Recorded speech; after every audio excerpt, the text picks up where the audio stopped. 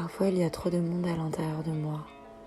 Je me sens trop remplie, trop petite pour tout garder. Parfois, il n'y a personne à l'intérieur de moi. Alors le trop me manque. Au moins dans le trop, il y a toi. Bienvenue à toutes et tous dans le 5e épisode du Bel Âge. Les mots que vous venez d'entendre, ce sont ceux d'Anna, mon invitée d'aujourd'hui. Je suis heureuse de vous la présenter parce que lorsque l'on s'est rencontrés pour la première fois pour enregistrer cet épisode, une vraie rencontre s'est créée. J'ai cette immense chance qu'à chaque enregistrement avec une personne que je ne connais pas, un vrai moment de sincérité se passe. On se livre mutuellement. On parle, beaucoup, ensemble, de nos vécus. Et puis avec Anna, on a tout de suite eu une confiance mutuelle. Je l'ai retrouvée chez elle, à Paris, un jour du mois de juin où il faisait 33 degrés. À peine arrivée chez elle, j'ai su comment elle était. Des dessins et des fleurs ornent tout son appartement, et ça la représente absolument. Elle m'a parlé de féminisme, de sa passion pour le théâtre, de l'amour, de l'importance des mots dans sa vie.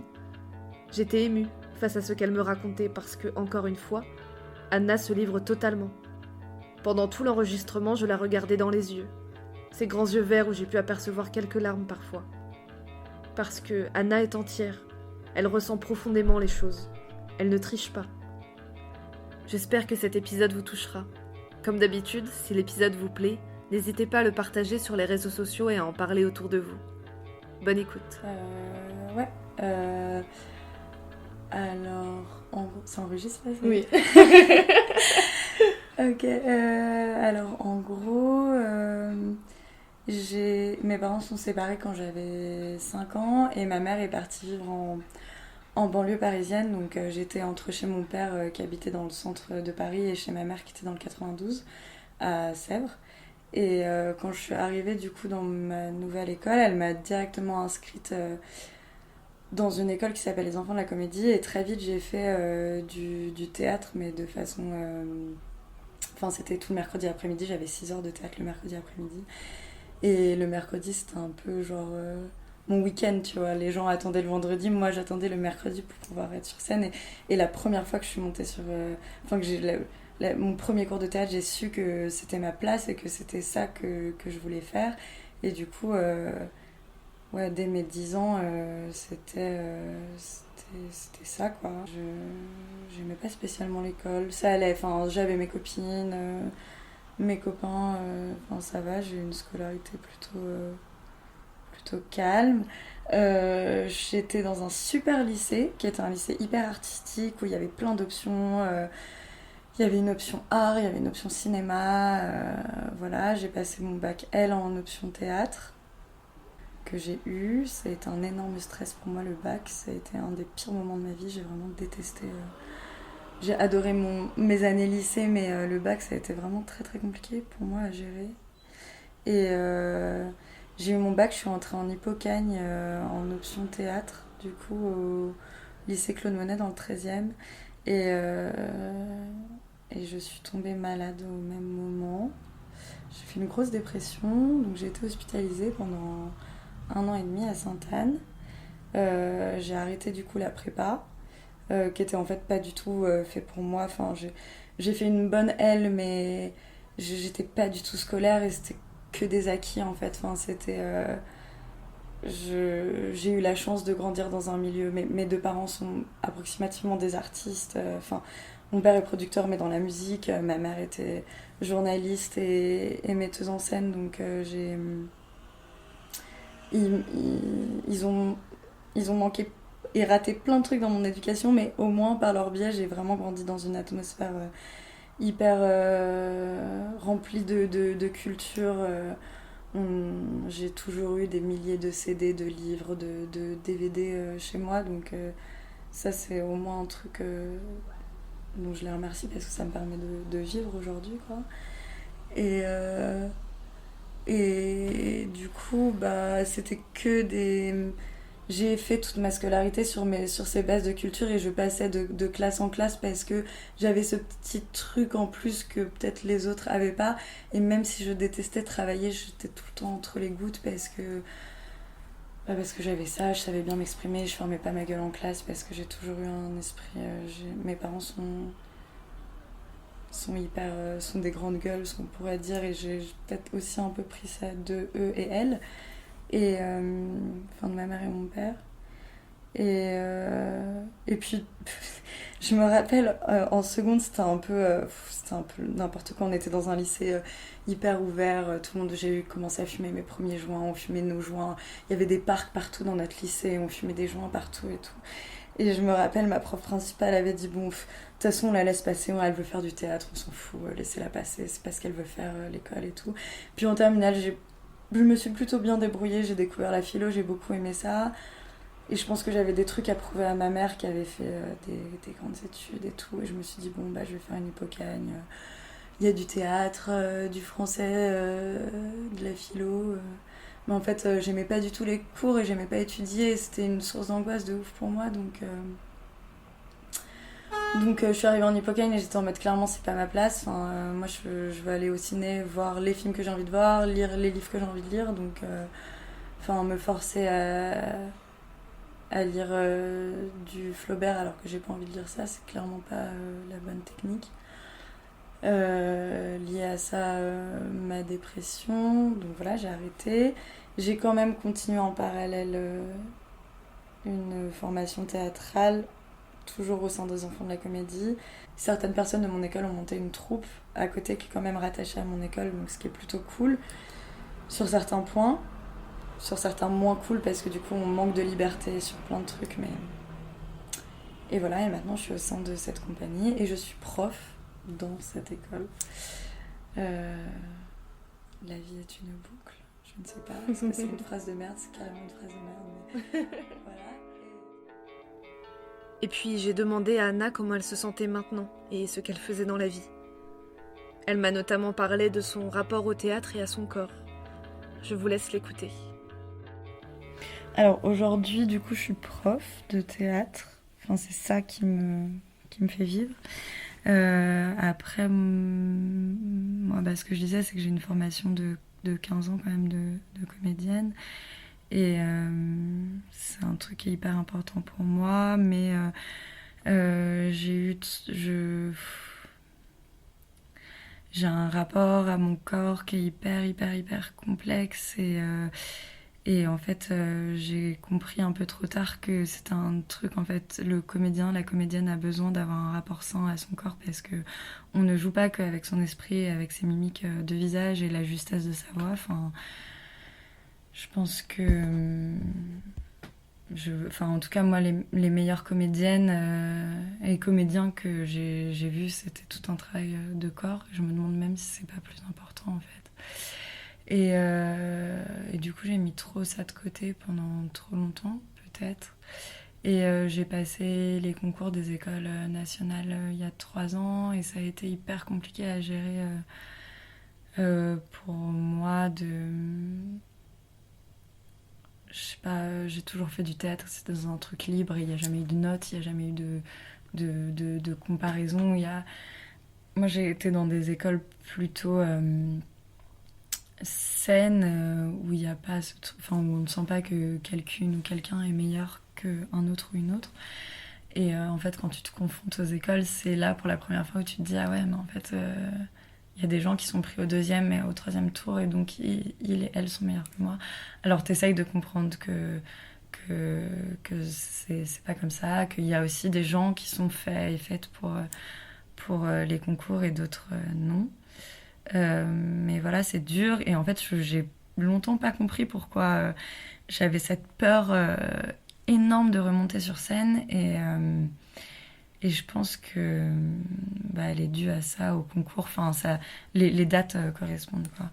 Et voilà, et je pense que les concours, je les ai pas aussi gérés parce que j'ai pas assez donné de mon corps. Et une comédienne, c'est aussi une sportive, je pense, j'en suis persuadée. Enfin, peut-être pas une sportive, mais en tout cas, quelqu'une qui assume pleinement son corps et qui a conscience de son corps. Moi, je fais beaucoup de je ne vois pas mon corps tel qu'il est, en tout cas. Et du coup, je pense que ça aussi, ça joue énormément. Du coup, je me suis redirigée non, mais j'écris maintenant, j'ai écrit 2 pièces. Et c'est les 2 plus beaux trucs que j'ai fait dans ma vie, je pense, et dont je suis le plus fière en tout cas.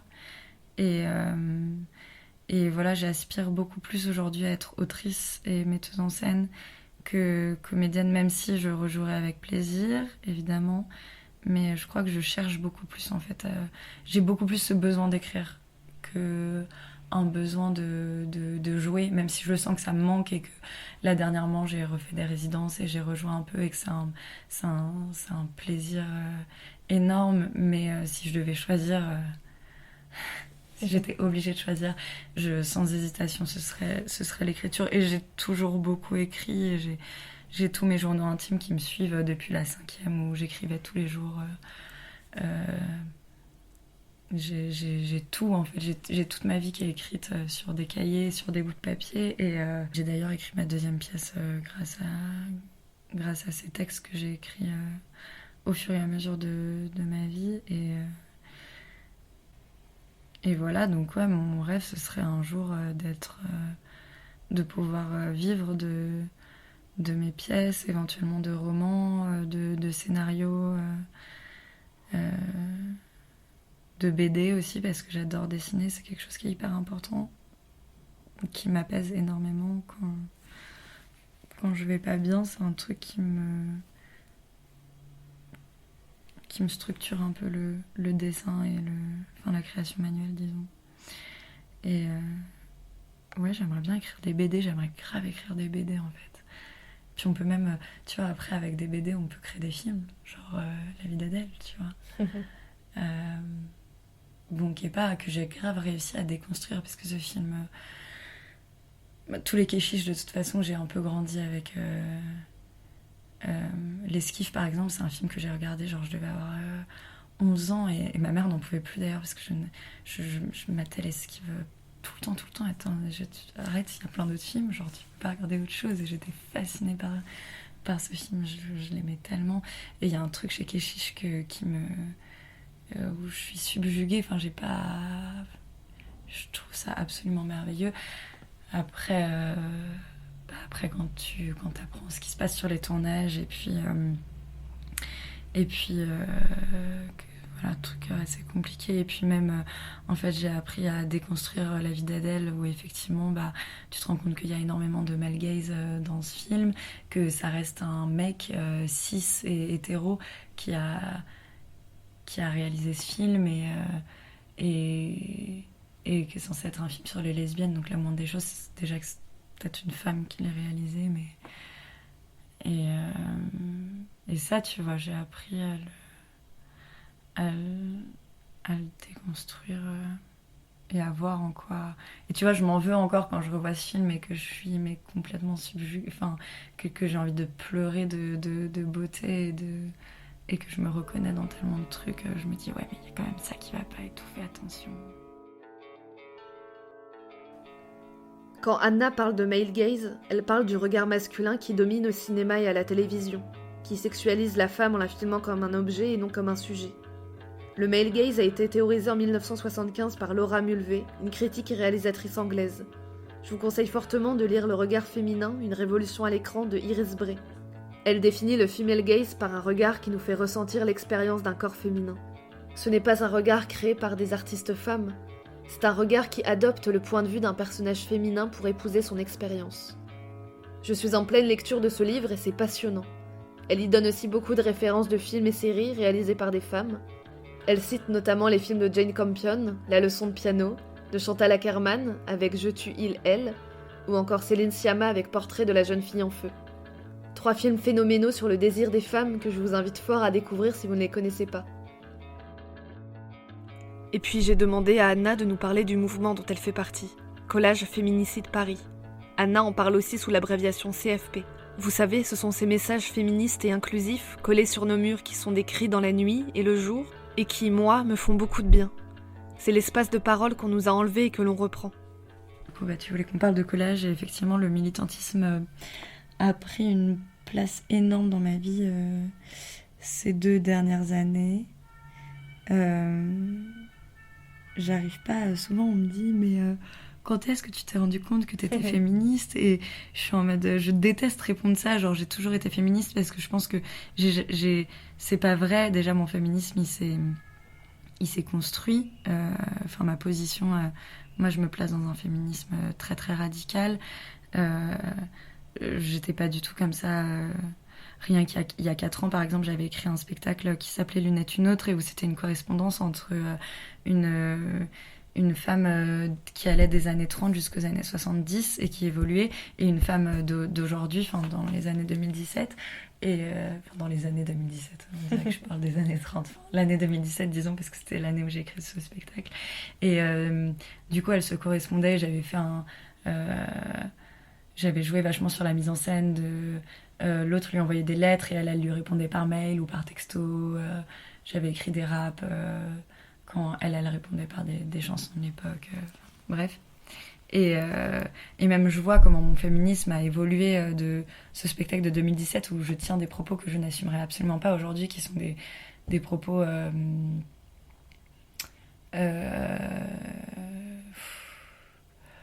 enfin, plein de trucs hyper problématiques, mais où c'était juste ma pulsion il y a trop des trucs injustes, mais j'avais pas lu assez de livres et j'avais pas écouté assez de témoignages, et je pense que j'étais un peu trop jeune aussi peut-être pour parler de ça. Et voilà, mais j'ai toujours enfin, quand j'étais petite, je faisais du foot et j'aimais pas spécialement ça, mais je faisais du foot parce que ça m'énervait qu'il y ait que des garçons qui fassent du foot. Et pareil, j'ai fait 2 ans de basket. Je crois que je m'en foutais un peu, pareil, de faire du basket, mais j'étais en mode, en fait, il faut qu'il y ait des femmes qui montrent. Je me le disais pas consciemment comme ça, mais j'avais cette espèce d'énervement déjà à 12-13 ans de me dire, voilà, j'ai pas, enfin, je veux montrer qu'on existe aussi. J'ai malheureusement grandi comme beaucoup, mais après moi j'ai 5 ans de plus que toi, et j'en parle à un de mes meilleurs amis à ton âge, il est né en 2000, et on a eu une conversation sur les poils. Bon, on en a partout des conversations sur les poils, c'est pas très intéressant, mais moi ça fait maintenant 2 ans que j'ai pas touché mes poils et que je les adore, et il me disait, et j'en parlais avec lui, et j'étais en mode, est-ce que ça te dégoûte mes poils? Et il était en mode, mais alors pas du tout, parce que j'en parlais le même week-end, j'en ai parlé avec une très bonne amie à moi qui, pour le coup, elle a 5 ans de plus que moi. Et elle me disait, c'est horrible, parce que j'ai conscience de à quel point mon cerveau est formaté. Mais ouais, Anna, quand je vois tes jambes, je trouve pas ça joli, en fait. Genre, et je sais que c'est trop pas cool de penser ça, mais je trouve pas ça joli de voir tes poils sur les jambes, parce que oui, t'es une fille, mais je sais que c'est pas bien. Et du coup, j'en parlais avec lui et j'étais en mode, est-ce que toi, en tant que mec, ça te... Il était en mode, mais pas du tout. Et en fait, je pense qu'il y a vraiment un truc... ouais, enfin, il me dit, moi j'ai grandi avec le mouvement MeToo, ça a fait un truc énorme en fait. Il disait qu'il n'avait aucun souci avec mes poils et qu'il pensait que c'était justement... c'est nos 5 ans de différence qui font que... Ou peut-être c'est 10 ans avec ma copine Cécile, avec qui j'en parlais, qui faisait que pour lui c'était totalement ok, et que la majorité de ses potes justement avaient des poils, quoi. Je pense qu'avec ma coloc, on en parle beaucoup aussi, on est de la même année, on est de 95, et elle me parle de ses collègues de taf qui ont 30 ans, et on voit vraiment il y a un gap, je pense, de ces 5 années, donc 30, 25 et 20. Même l'arrivée d'Instagram, c'est un truc, il y a plein de gens de 30 ans qui ont Instagram, mais ils l'utilisent, enfin, on le manie pas de la même manière, je pense. C'est un réseau, moi personnellement, qui me détruit beaucoup, mais qui m'apporte aussi énormément, et je pense que mon militantisme vient beaucoup de Instagram, et il y a plein de trucs que j'ai appris grâce à Instagram. Il y a plusieurs mois, un homme a tagué une vingtaine de croix nazies à Paris, sur toute la rue Rivoli. Suite à ça, Anna et plusieurs personnes ont donc créé un mouvement qui s'appelle Collage Judéité Queer. Je vous invite à suivre leur compte Instagram qui est mentionné dans la description du podcast. Et pour continuer la conversation, j'ai demandé à Anna de parler plus profondément de son militantisme. Bah, c'est compliqué. Moi, je suis très très en colère. Je suis vraiment très très très en colère, et je suis très triste en fait. Et je me noie là-dedans, et j'arrive pas à redescendre. Et en fait, très tristement, je me rends compte que là, depuis 2 mois, ça va mieux et je suis moins en colère, mais parce que là, par exemple, ça fait 1 mois que je suis pas allée coller, ça me manque énormément, mais je sens que je vais mieux. Et normalement, je vais coller 2-3 fois par semaine à peu près. Et, et, et je pense que mon militantisme, c'est un truc, je peux pas faire sans, enfin, je peux pas faire avec parce que ça me met très mal, mais je ne peux pas faire sans non plus. Et parce que ça me met très mal aussi de voir tout ce qui se passe et que, et que ça touche aussi peu de gens, ça m'attriste en fait énormément. Et,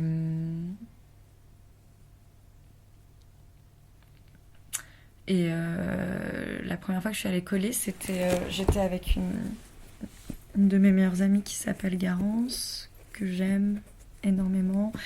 Et je l'avais rejoint au remaniement quand Darmanin, qui est un violeur et qui est notre ministre de l'Intérieur, a été donc élu, quand Macron nous dit en 2017 que ce sera le mandat des femmes.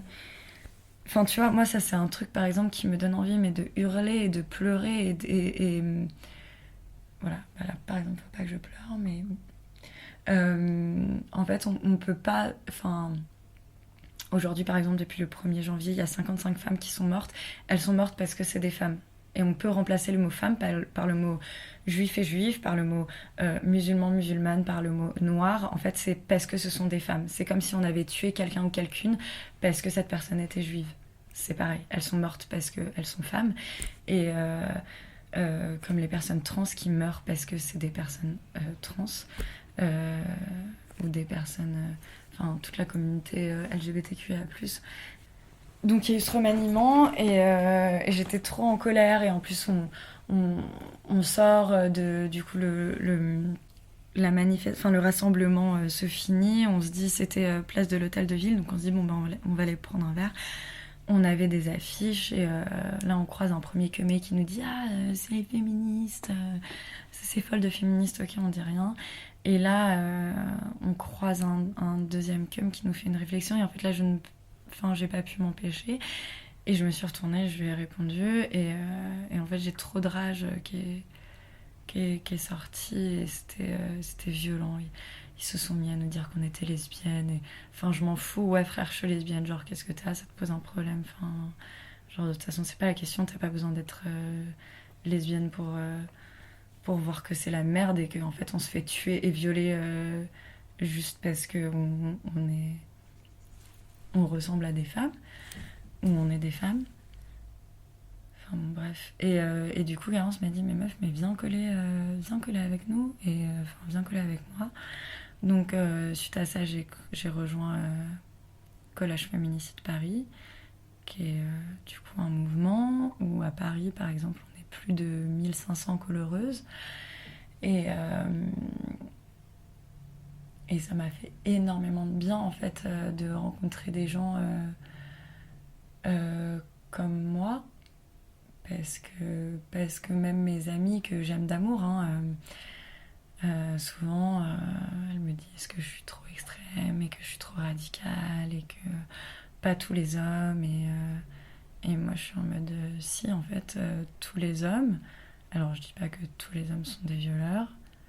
Je dis que tous les hommes ont des comportements systémiques, qu'on est dans un monde profondément patriarcal et que même moi en tant que femme je fais du patriarcat, je le subis mais je le produis aussi. Et j'ai commencé à coller, donc je sais pas trop quoi dire sur les collages à part que ça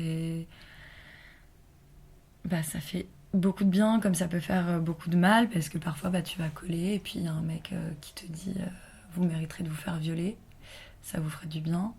Et en fait, toi, tu rentres chez toi et puis t'as sûrement vécu des violences parce que si tu fais ça aussi, c'est que... Alors voilà, c'est pas non plus systématique, hein. Je dis pas que tout et toutes les coloreuses ont subi des violences, mais que souvent la rage, elle vient pas de nulle part. Donc quand un cum te dit ça à 23h et que t'es une bande de 3 meufs face à un cum qui te balance des trucs comme ça et qui te menace et que bah tu rentres chez toi et puis c'est dur quoi. Mais c'est dur, mais à côté de ça, bah, t'as pris la place qu'on te vole en fait en permanence quand t'es dans la rue, quand t'es en communauté, quand t'es avec tes potes mecs qui prennent beaucoup de place et qui essayent de t'apprendre la vie. Et qui... Bah là, c'est un moment où en fait la place elle est à toi et elle est pour toi et tu colles un message sur un mur et puis le lendemain, bah, ce cum il est obligé de le voir quoi. Et, euh, et ça fait partie de sa ville et c'est trop stylé. Et c'est trop bien. Anna est profondément passionnée. Ça se voit, ça se sent. Il y a quelque temps, elle a créé sur Instagram Les Bleus de l'âme, un compte où elle partage ses dessins, ses mots, ce qu'elle crée. Son compte m'a fait beaucoup de bien pendant tous les confinements et l'année qu'on vient de passer qui était si étrange. Et il y a notamment l'un de ses textes que j'ai lu un soir de novembre. Ces mots ont résonné puissance 1000 en moi. Je l'ai envoyé à tous et toutes mes amis. C'était tout ce que je ressentais et que j'avais besoin d'entendre pile à ce moment-là. Les soirées me manquent, marcher la nuit aussi, manger des frites, partir sans dire au revoir parce qu'on le sait qu'on va se revoir, dire à mes amis qu'ils et elles sont beaux et belles, parler fort dans les rues pleines, dire merci parce qu'on m'a donné, sentir qu'on est là, qu'on existe et qu'on s'aime, fumer des cigarettes en marchant dans la rue alors que ma mère trouve ça vulgaire, s'embrasser très fort et très longtemps pour attraper tout le temps où ce n'a pas été fait, boire de l'eau gazeuse en jouant aux cartes, prendre des photos des gens de dos pour m'en rappeler, faire l'amour encore, recommencer encore, rester ensemble, toujours. Alors j'ai demandé à Anna quel rapport elle entretient avec les mots. Pourquoi est-ce qu'elle les aime autant ? Je vous laisse avec sa réponse. Ouais, bah c'est ce que je te disais, j'ai toujours beaucoup écrit sans me rendre compte que ça pouvait carrément être un métier en fait. Pour moi, c'était juste un truc amusant. Et depuis que je suis petite, j'écris et ça a toujours fait rire mes potes. D'ailleurs, je me rappelle, on était en 3e et j'ai retrouvé le texte. C'était un texte hyper trash. À l'époque, je lisais Frédéric Beigbeder et Virginie Despentes et du coup, j'avais écrit un texte du haut de mes 14 ans et je me trouvais trop stylée. Mais bon, pour moi, c'était pas possible. Enfin, pour moi, être autrice ou romancière et tout, c'était pas un métier, en fait. Je sais pas pourquoi. Pourtant, ma mère fait ça. Enfin, mais je sais pas. Bizarrement, je concevais pas ça.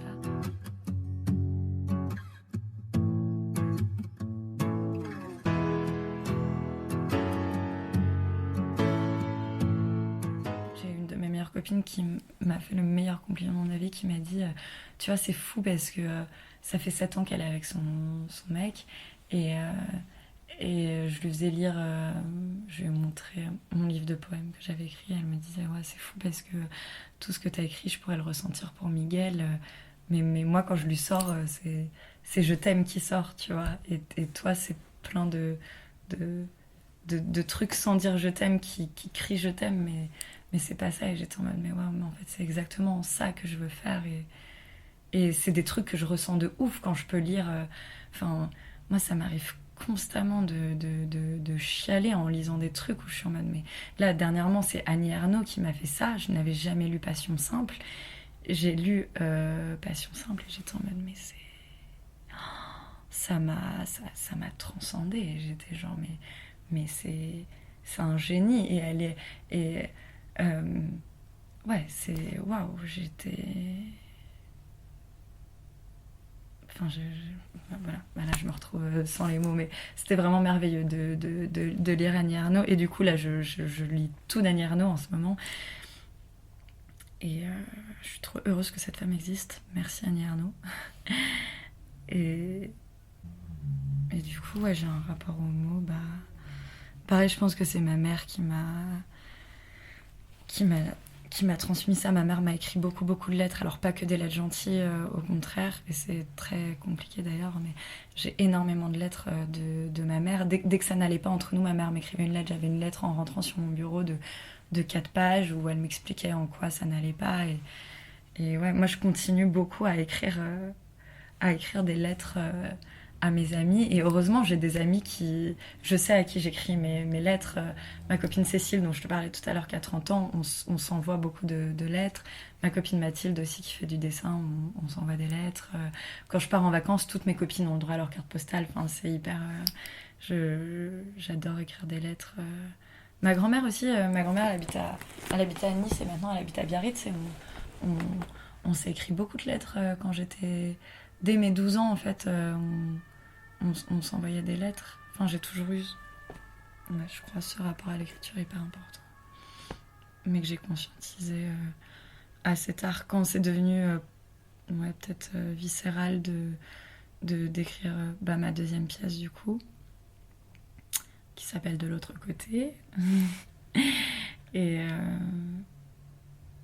Et voilà, et qui rassemble, tu vois, en fait, rien n'est perdu parce que il y a des trucs que j'ai écrits, tout à l'heure je disais que j'avais été hospitalisée, il y a des textes que j'ai écrits quand j'étais hospitalisée à Sainte-Anne, donc il y a 6 ans, j'ai écrit cette pièce il y a 2 ans maintenant, donc il y a des textes que je n'ai pas retouchés et que j'ai vraiment pris tel quel et que j'ai foutu dans ma pièce, et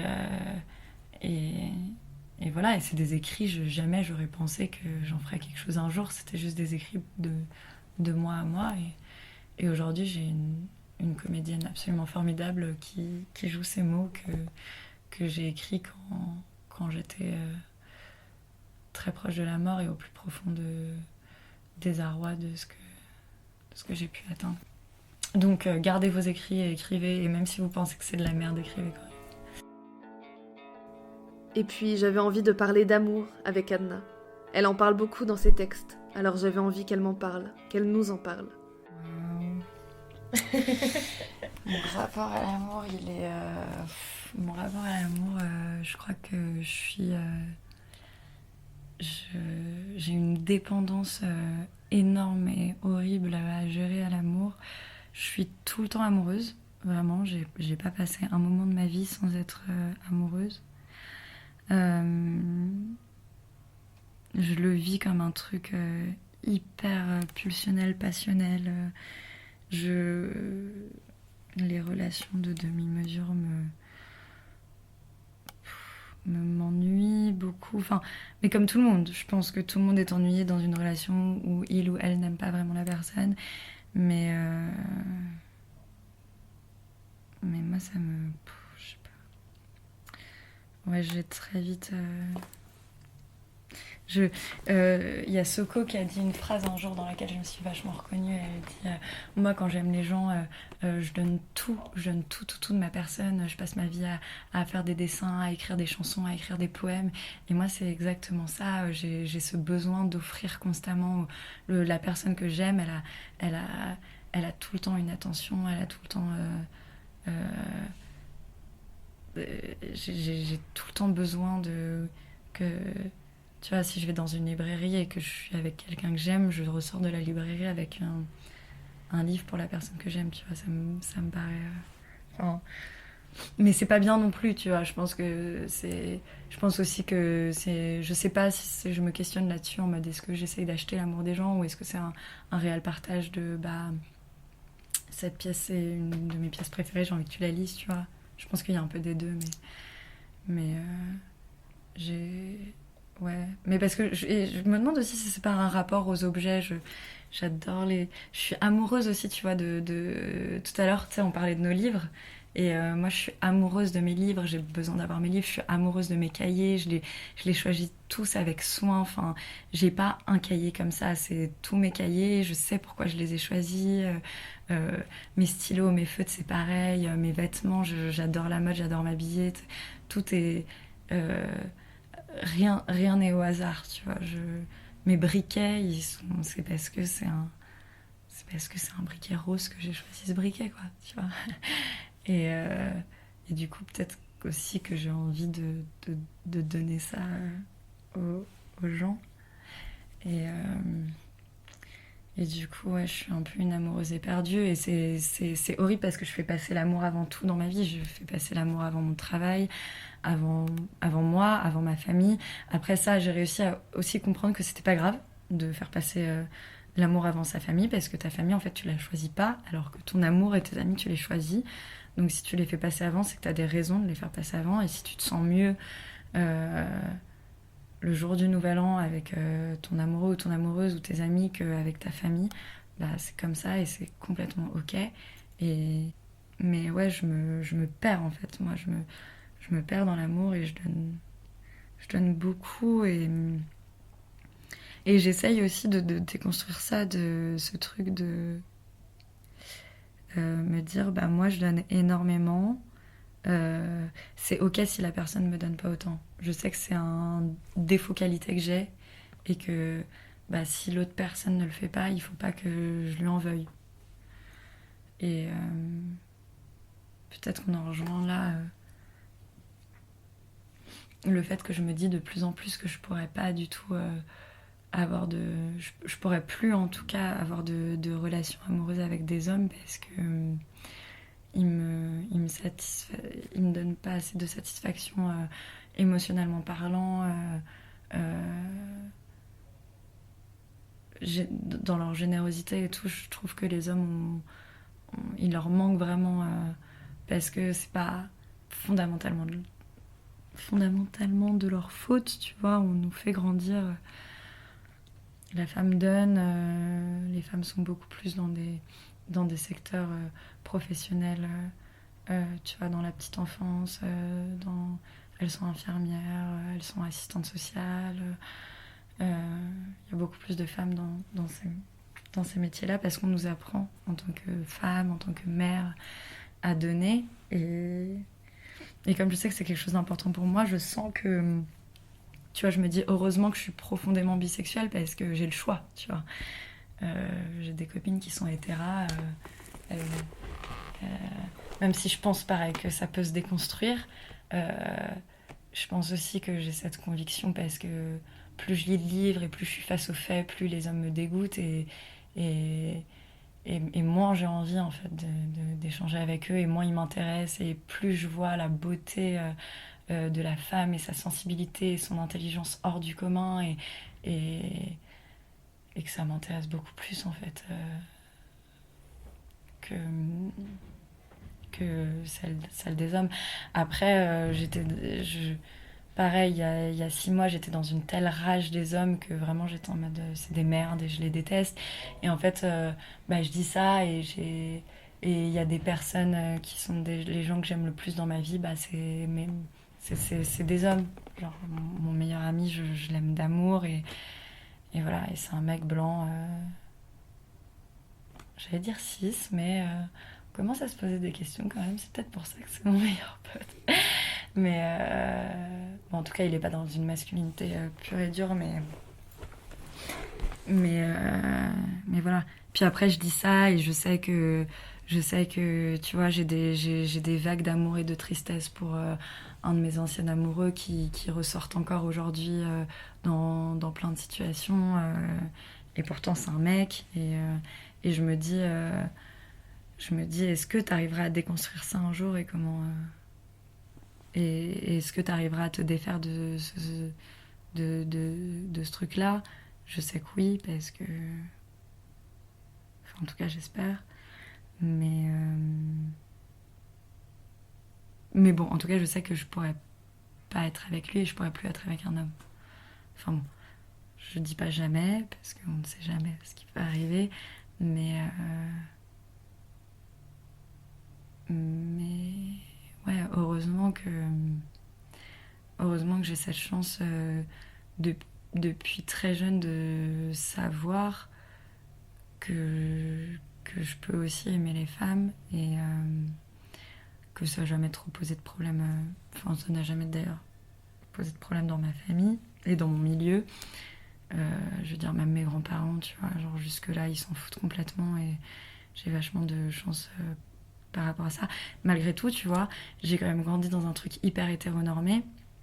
La première fille dont je suis tombée follement amoureuse, j'étais en terminale.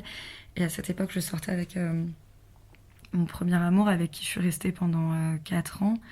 Et je sais que ce mec, finalement, elle est partie parce que j'ai pas voulu quitter mon mec de l'époque.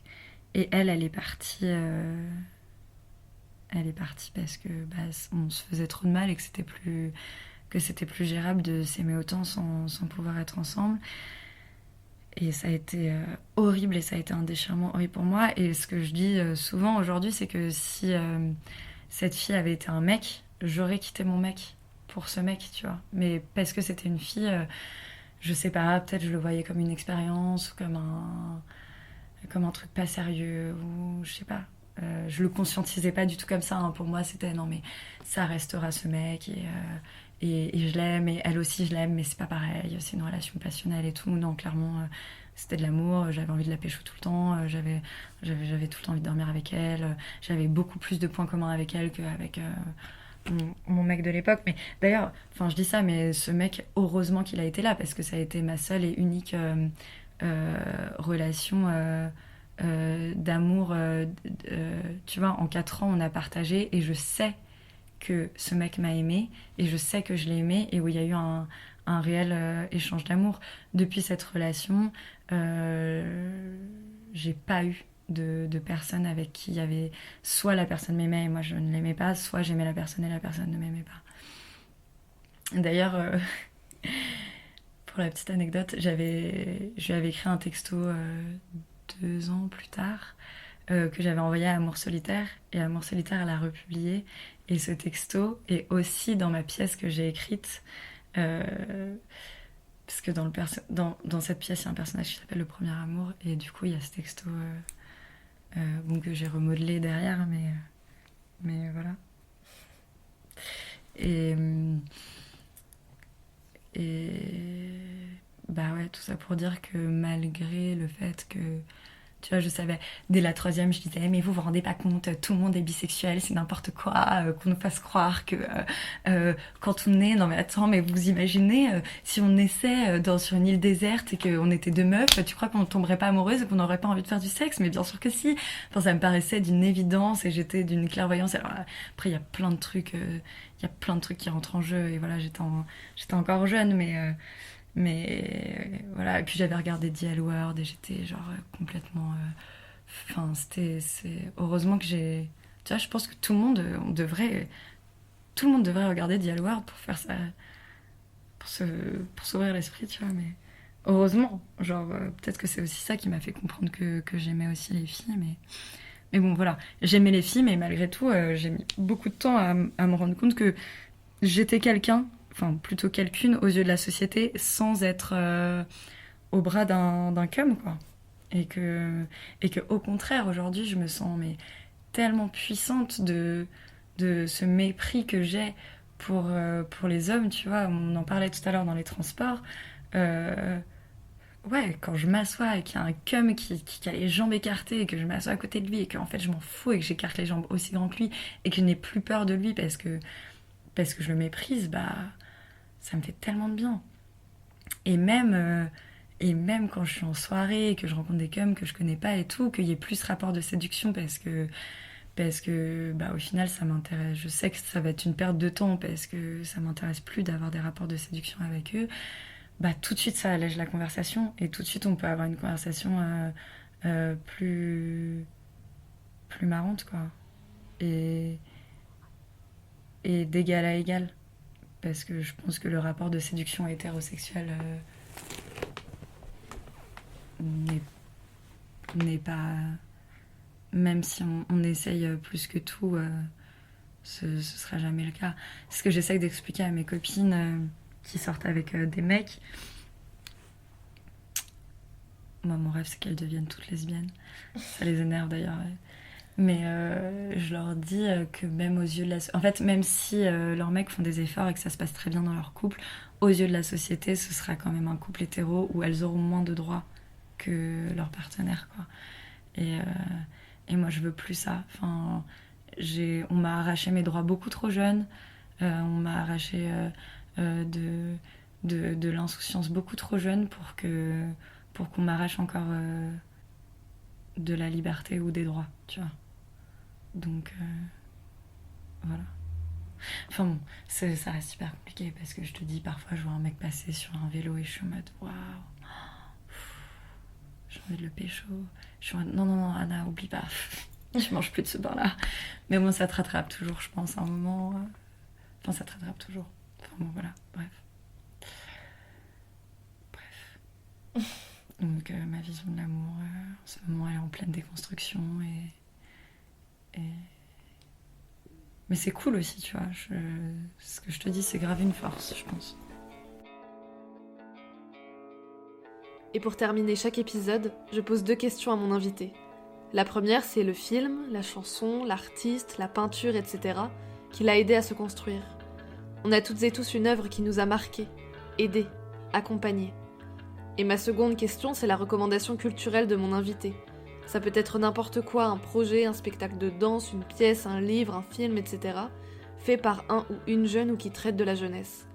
Alors ça m'a grave... C'est hyper marrant parce que il y a tellement de trucs que j'aime et que j'adore et que je voudrais... Tu vois, là, t'as vu ma chambre et chaque livre que j'aime est exposé, chaque affiche et chaque carte, mais c'était tellement évident pour moi de sortir Sarah Kane et que c'était genre... J'ai pas de mots en plus, juste Sarah Kane. Et je pense l'intégrale de son œuvre, même si peut-être 448 Psychose, je l'ai lu quand j'étais à Sainte-Anne et il y avait vraiment ce truc de ok, je suis en train de lire mon histoire, mais c'est quelqu'un d'autre qui l'a écrit, je comprends pas. Genre, est-ce que c'est moi qui l'ai... Non, c'est pas moi, vu que c'est un livre que j'ai entre les mains qui a été édité, donc je n'ai pas écrit ce livre.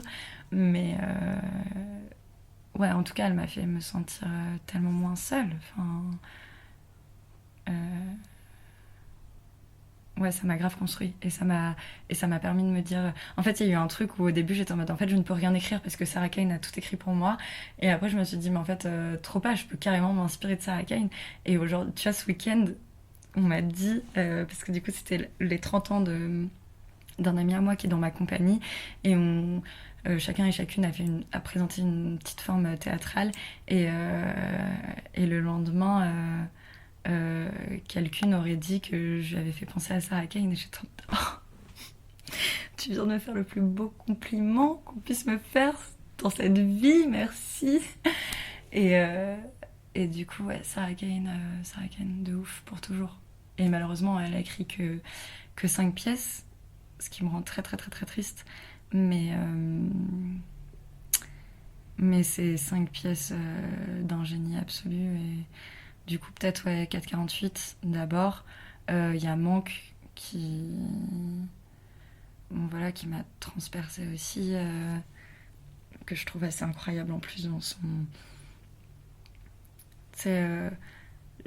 quand tu lis la pièce comme ça, c'est juste que des phrases plus belles les unes que les autres qui s'enchaînent. Et en fait, tu te rends compte que les lettres veulent dire des choses et qu'il y a des réels dialogues en fait, entre ces 4 personnages et qu'il y en a 2 qui dialoguent entre eux et 2 autres qui dialoguent entre eux et elles. Et ouais, voilà.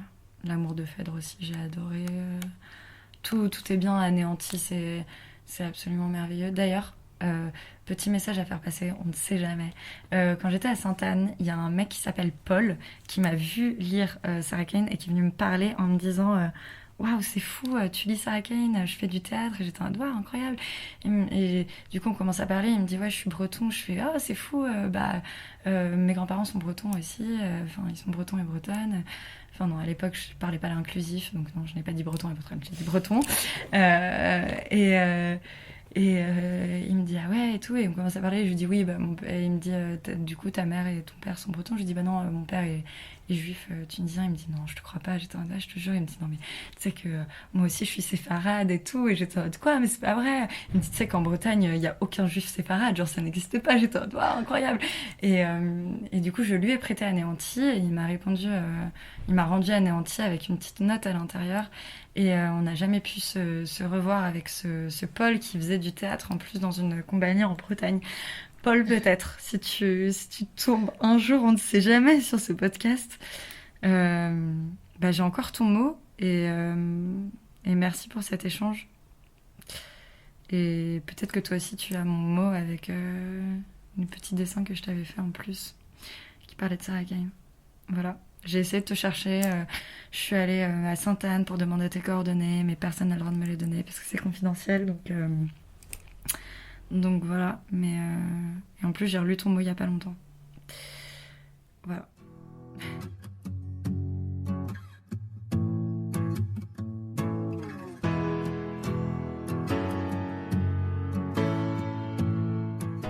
C'était trop dur pour moi de faire une recommandation et je me suis dit j'ai envie de faire des recommandations pour chaque truc que j'aime dans ma vie. Déjà je vais peut-être faire de la pub, de l'autopub. J'ai une compagnie du coup qui est trop cool où on est majoritairement une bande de jeunes hyper cool qui font des théâtre hyper cool et on s'appelle les échappés de la coulisse, donc n'hésitez pas à suivre notre compte Instagram. Cet été il y a un super festival qu'on a créé à Talloires à côté d'Annecy, si vous voulez passer nous faire un coucou ça nous fait trop plaisir. C'est un festival participatif en plus donc il est gratuit si vous voulez venir nous voir et il est sur 2 jours, le 5 et le 6 août à Talloires du coup. Voilà, ça c'était pour... J'avais le droit de faire ça.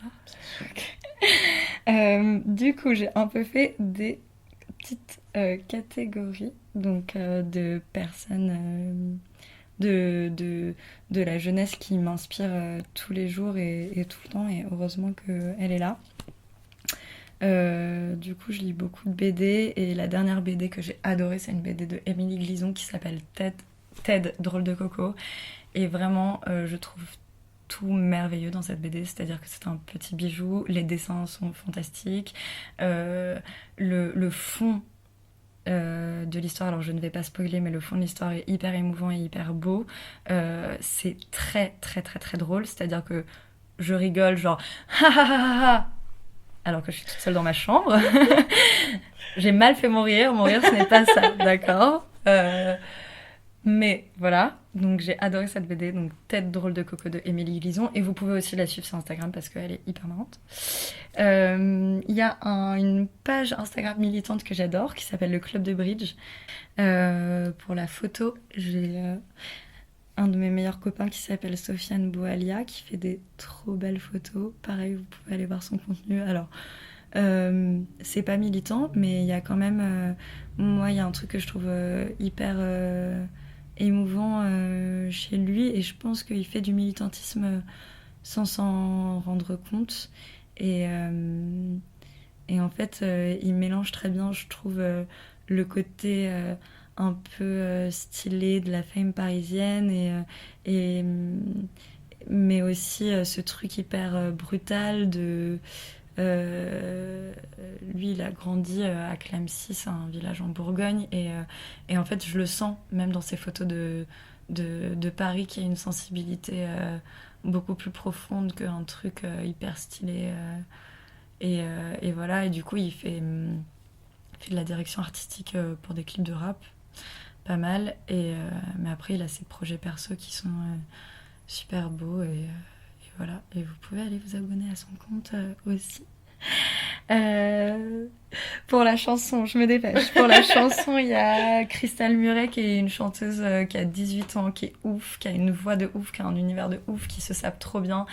Où je suis en mode, mais waouh, genre cette meuf, non, je crois qu'elle a 19 ans, peut-être 20, mais oui, peut-être non, je crois qu'elle a 20 ans, 19 ou 20. Et je suis en mode, mais meuf, mais comment tu peux être aussi incroyable et avoir développé un univers artistique, genre déjà aussi énorme à ton âge, j'ai l'impression que c'est genre Tyler de Creator en femme de 19 ans, tu sais. Bon, après, il a commencé à peu près au même âge, d'ailleurs, gros big up à Tyler de Creator, je l'aime d'amour aussi, mais bon, c'est pas la question. En dessin, / crush, pareil, Justine Thévenin, si tu m'entends, j'ai grave envie de te pécho. Mais au-delà du fait que j'ai envie de te pécho, je t'adore et j'adore le travail de cette meuf. Pareil, son compte Insta est hyper cool parce que tous les jours elle fait des stories avec ses inspi, des trucs militants mais aussi des trucs hyper artistiques. Il y a une vraie envie de déconstruire. Elle poste tout le temps des photos de corps de femmes qui se veulent, enfin, on dit différents alors que c'est juste le corps de toutes les femmes. Mais voilà, et elle fait des dessins trop beaux que j'aime d'amour et pareil, vous pouvez aller voir son travail. Et je vais finir par... J'aurais eu plein d'autres recommandations, malheureusement, le temps et je suis grave en train train de tricher et je devrais trop pas faire ça. J'espère que Louise va pas me couper au montage. J'espère que vous allez entendre tous ces mots. Ma dernière recommandation, elle est un peu perso, c'est ma petite sœur qui s'appelle Violette Guillon, qui va avoir 15 ans.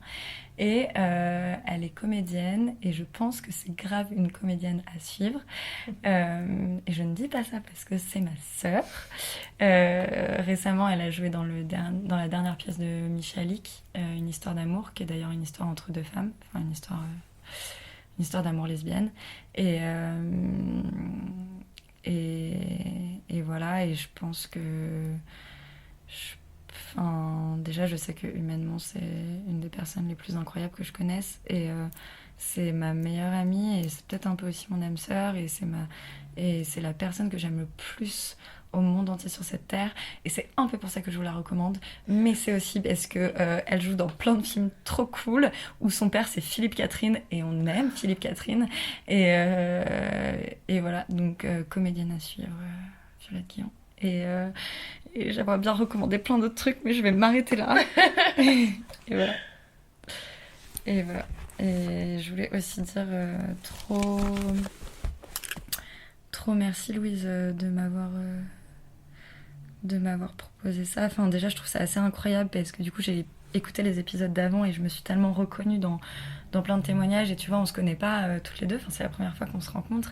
Et je me dis, c'est ouf que derrière un écran, t'aies pu sentir que je ressemblais à ta copine Lucie ou c'est Maya que t'avais jamais...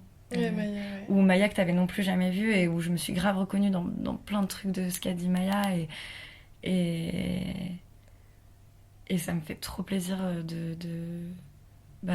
d'avoir une petite place au milieu déjà de toutes ces femmes que j'ai trouvées absolument... qui m'ont énormément touchée et tous ces parcours qui m'ont ébloui de sensibilité et voilà, et merci de m'avoir fait confiance, de m'avoir donné enfin bon, bref, voilà, mais merci en tout cas de faire ça pour tout le monde et merci de m'avoir donné ce temps de parole. Merci à toi. C'est le moment où on se jette des fleurs chacun son tour. Merci tellement à Anna pour ces mots. Je suis tellement fière d'avoir des femmes aussi incroyables dans mon podcast. Merci à vous d'avoir écouté cet épisode. N'hésitez pas à m'écrire ce que vous en avez pensé sur Instagram, @lebelagepodcast, tout attaché, belle B-E-L, ou par mail lebelagepodcast@gmail.com. C'est bientôt l'été, alors je ne vais pas donner de date pour le prochain témoignage, mais il arrivera sûrement au milieu du mois de juillet. Ce sera la surprise. Le Bel Âge revient fin août, avec un nouvel épisode et plein d'énergie pour la nouvelle année qui arrive. En attendant de découvrir les autres témoignages, je vous souhaite de vivre un bel été, avec la vie qui reprend de plus en plus. Les boîtes qui ouvrent bientôt, les festivals, les concerts, les cinés, les musées, les terrasses, la mer, le soleil. Et puis profitez d'être avec les gens que vous aimez. Bonnes vacances à celles et ceux qui peuvent partir. Bon courage pour tous ceux et celles qui travaillent, à tous ceux et celles qui attendent des réponses pour la rentrée, à ceux et celles qui attendent les résultats du bac, à ceux et celles qui passent encore des concours. Bel été, qu'il vous soit doux et joyeux. Je laisse les dernières secondes à Anna et ses mots qui réjouissent. À très vite. C'est dans nos rires de loin, nos tendresses, nos impatiences, parfois incompréhensions. C'est dans nos amours perdus mais toujours racontés. C'est dans la force qu'on se donne, dans le temps qui passe et qui reste en nous, et qui nous unit pour, j'espère, les restes du temps qu'il nous reste.